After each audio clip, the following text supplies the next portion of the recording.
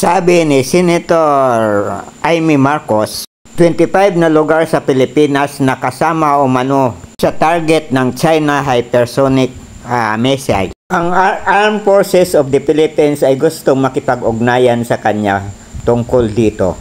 Dapat siguro ipatawag siya ng Kongreso para in aid of legislation ay maimbestigahan siya.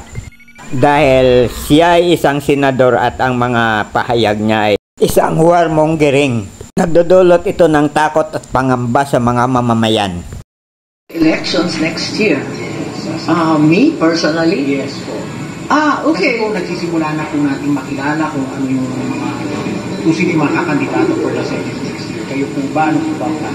Yes, I'm up for re-election in May next year, and despite many rumors that I'm running for Manila City and other places, magpapa-re-elect lang ako. Paano po ba yung magka-campaign considering the political landscape that we have now na alam naman? Siya ay pro-Duterte, pro-Kibuloy, higit sa lahat ay pro-China. Kaya lahat ng foreign policy ng kanyang kapatid na presidente ay kinukontra niya, lalong-lalo na sa West Philippine Sea. Magre-re-election daw siya next year, kaya wag na nating iboto, mga kababayan. Tandaan nyo, wag nyong iboto.